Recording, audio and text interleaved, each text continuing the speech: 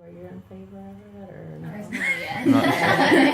Okay, I'm in favor of it. Okay, wait. You got it? Yeah. Okay. I'm in favor of it.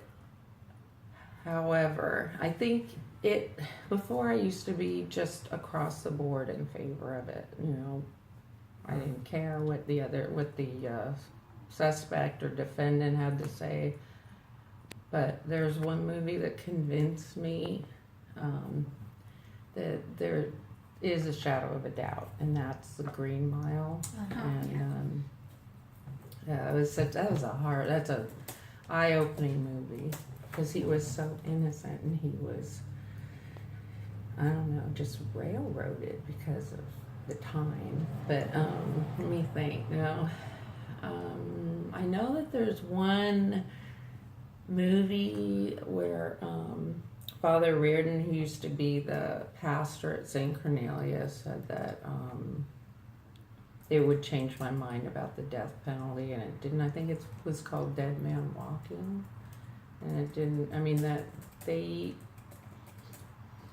brutally tortured those, innocent victims, and when I look at that, in my case, that's not up to me to forgive. That's up to God and I guess us for praying for their souls, if they've ever had any remorse, because some people don't show remorse and they can't be reformed. What was that? That was my phone text message. Yeah, a text message. And so I think I'm in favor of the death penalty, but in certain circumstances, there's an exception. Innocent. And see, that case, what's really been great is there's testing now that's DNA testing, and we have old cases that are now being solved, and I don't know if any have been proven that the person has been innocent, but in that case, I think the person's family should get some monetary amount.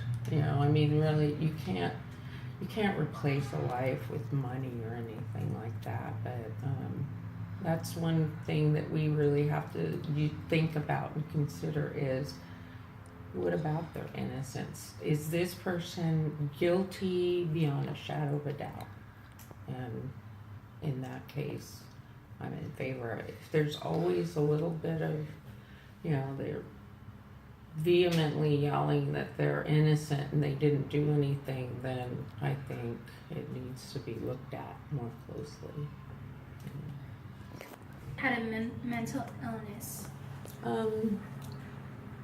In that case, I would, I'd say that if they have a mental illness and they were off their medication, then they need to get back on their medication. They need to get treatment, and they should not be allowed to go back into society unless they can show that they're reformed. They will be responsible about taking their medication and all that. Like the guy who shot and killed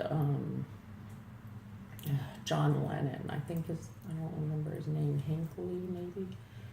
He thought that something was telling him to kill John Lennon, and nothing was, obviously. When you're hearing voices, you need to be on medication. So in that case, I don't like to see them get executed.